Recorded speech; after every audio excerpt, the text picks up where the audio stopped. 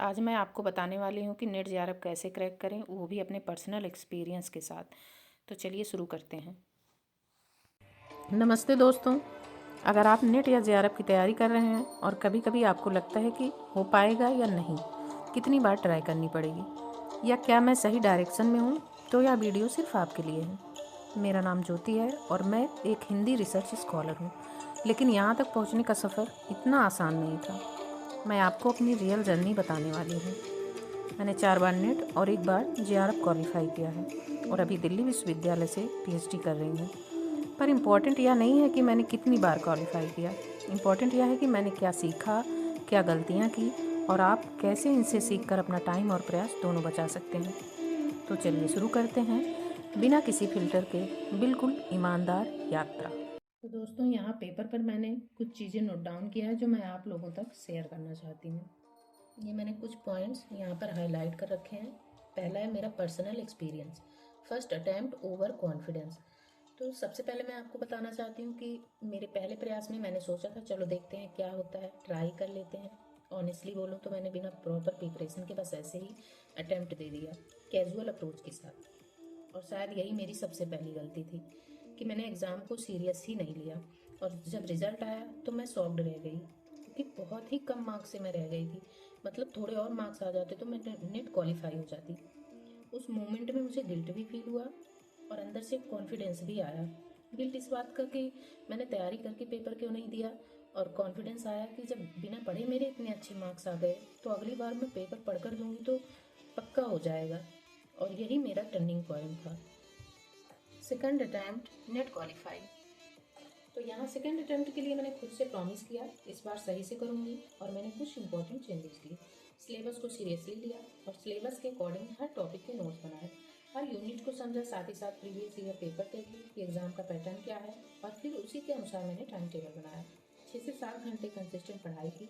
जैसे मॉर्निंग में नए टॉपिक पढ़ती, इवनिंग में उसका रिवाइज करती और संडे को एक हफ्ते का रिव्यू लेती कि मैंने इस दौरान क्या पढ़ाई की। और इस तरह मैंने अपने खुद के नोट्स बनाए और सेकेंड अटैम्प्ट में नेट क्वालिफाई कर लिया।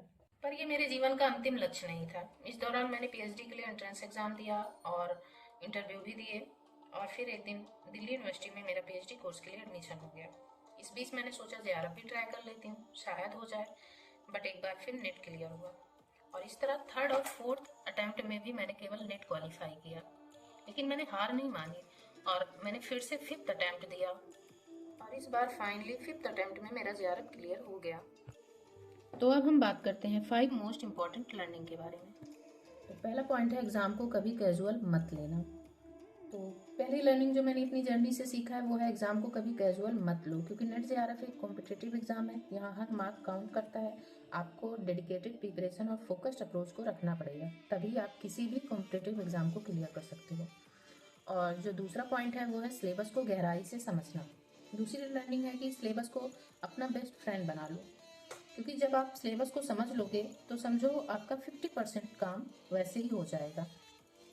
मैं तो रिकमेंड करूँगी सिलेबस को प्रिंट करके वॉल पे लगा दो, डेली उसे देखो, मार्क करो कि क्या कवर हो गया, क्या बाकी है। तीसरा पॉइंट है क्वालिटी ओवर क्वांटिटी। बहुत से स्टूडेंट कई सारी बुक्स खरीद लेते हैं और थोड़ा थोड़ा सब में से पढ़ लेते हैं। ये बहुत बड़ी मिस्टेक है, क्योंकि एक बुक को 3 बार पढ़ना 3 बुक को एक बार पढ़ने से बेहतर होता है, जहाँ तक मैं समझती हूँ। आप एक दो ऑथेंटिक बुक ले लीजिए और उसी से अपनी पढ़ाई करिए। चौथा पॉइंट है फर्स्ट पेपर को इग्नोर मत करना, जो कि बहुत ही कॉमन मिस्टेक है, स्पेशली हिंदी स्टूडेंट्स में, इंक्लूडिंग मी। क्योंकि हम सोचते हैं कि हिंदी आता ही है, ये तो हो ही जाएगा हमसे, पेपर फर्स्ट थोड़ा देख लेंगे। जब यही सोच गलत है, क्योंकि फर्स्ट पेपर भी उतना ही इम्पोर्टेंट है जितना आपका अपना सब्जेक्ट। जब पेपर फर्स्ट में अच्छे मार्क्स लाओगे तो ओवरऑल रिजल्ट स्ट्रॉन्ग होगा। और नहीं तो ऐसा हो सकता है कि आपका नेट तो निकल जाए बट जेआरएफ नहीं हो सकता जब तक आपका पेपर फर्स्ट पे अच्छी पकड़ नहीं होगी। मेरे केस में पेपर फर्स्ट की स्ट्रॉन्ग तैयारी ने ही मुझे बहुत हेल्प की। अब लास्ट और फिफ्थ लर्निंग है रिवीजन डेली करना, क्योंकि जितना ज़्यादा रिवाइज करोगे उतना ज़्यादा आपका कॉन्सेप्ट क्लियर होगा और आपको अच्छी समझ लगेगी। बहुत से स्टूडेंट ये गलती करते हैं कि सिलेबस पूरा करने के चक्कर में नया नया पढ़ते रहते हैं, पर उसे रिवाइज नहीं करते और एग्ज़ाम में बैठने पर कुछ याद ही नहीं रहता। इसलिए कम पढ़ो, पर जितना पढ़ो उसे बार बार रिवाइज करते रहो। तो ये तो हो गया लर्निंग के बारे में, जो मैं खुद के अनुभवों को साझा किया मैंने। अब मैं कुछ क्विक प्रैक्टिकल टिप्स देना चाहती हूँ आपको, जिसको आप इमीडिएटली इम्प्लीमेंट कर सकते हो। पहला है रियलिस्टिक स्टडी प्लान, यानी 12-14 घंटे का प्लान बनाने की ज़रूरत नहीं है। मेरे हिसाब से 6 से 7 घंटे डेली कंसिस्टेंट पढ़ाई काफ़ी है, क्योंकि 6 घंटे फोकस्ड पढ़ाई 12 घंटे डिस्ट्रैक्ट पढ़ाई से बेटर है। तो आप कम से कम पढ़ें, लेकिन जितना पढ़ें उतने आपके समझ में आ जाना चाहिए। अब दूसरा है खुद के नोट्स। बहुत सारे स्टूडेंट क्या होते हैं, दूसरों के नोट्स मांगते रहते हैं। तो मेरा आपसे सलाह है कि बाजार से दूसरों के नोट्स मत खरीदो, क्योंकि खुद के नोट्स बनाने से समझ बढ़ती है, रिवीजन आसान हो जाता है और वीक एरियाज हमें हमारे पता चल जाते हैं। तीसरा है प्रीवियस ईयर पेपर, जो कि मोस्ट इम्पॉर्टेंट है। अगर आप प्रीवियस ईयर पेपर सॉल्व नहीं कर रहे हैं तो आप बहुत बड़ी गलती कर रहे हो। मिनिमम 10 ईयर के पेपर जरूर सॉल्व करें, पेपर फर्स्ट और सेकंड दोनों, क्योंकि पीवाईक्यू से हमें पता चलता है कि क्वेश्चन पैटर्न कैसा है, किस टॉपिक से ज़्यादा क्वेश्चन आते हैं, पेपर का लेवल क्या है और टाइम मैनेजमेंट कैसे करनी है।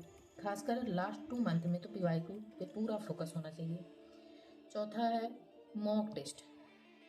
तो एग्ज़ाम के 3-4 महीने पहले से हमें मॉक टेस्ट देना शुरू कर देना चाहिए। इससे ये बेनिफिट होगा कि आप टाइम मैनेजमेंट सीख जाओगे, एग्ज़ाम टेम्परामेंट डेवलप होगा, वीक एरियाज पता चलेंगे और आपकी स्पीड बढ़ेगी। पांचवा है सेल्फ केयर। ये सबसे अंडररेटेड टिप है। पढ़ाई के साथ साथ प्रॉपर नींद लो, हेल्दी खाना खाओ और थोड़ा ब्रेक लेकर अपनी हॉबीज़ के लिए टाइम निकालो। तो ये तो कुछ टिप्स थे जो मैंने आप लोगों तक शेयर किए। अगर आप भी मल्टीपल अटैम्प्ट देकर थक चुके हो तो ये मैसेज सिर्फ आपके लिए है, क्योंकि मैं भी वहीं से गुजरी हूँ दोस्तों। मैंने भी अपने 4 अटैम्प्ट के बाद जेआरएफ क्वालिफाई किया। हर बार नेट हो जाता और जेआरएफ रह जाता। मन में डाउट भी होते कि क्या मैं जेआरएफ क्लियर कर सकती हूँ या मुझसे नहीं होगा। पर मैंने इस दौरान ये सीखा कि हर अटैम्प्ट आपको और बेहतर बनाता है। किसी का पहले प्रयास में हो जाता है, किसी का 4th या 5th अटैम्प्ट में। ये मैटर नहीं करता है, क्योंकि सक्सेस की कोई एक्सपायरी डेट नहीं होती। मैं आप लोगों को यही सुझाव दूंगी कि कंसिस्टेंट रहो और खुद पे बिलीव रखो, गिव अप मत करो। मैं आज पीएचडी कर रही हूँ, वो स्ट्रगल, वो 4th अटैम्प्ट, सब ने मुझे स्ट्रांग बनाया। आप भी बन सकते हैं, बस थोड़ा टाइम लगेगा पर रिजल्ट आएगा।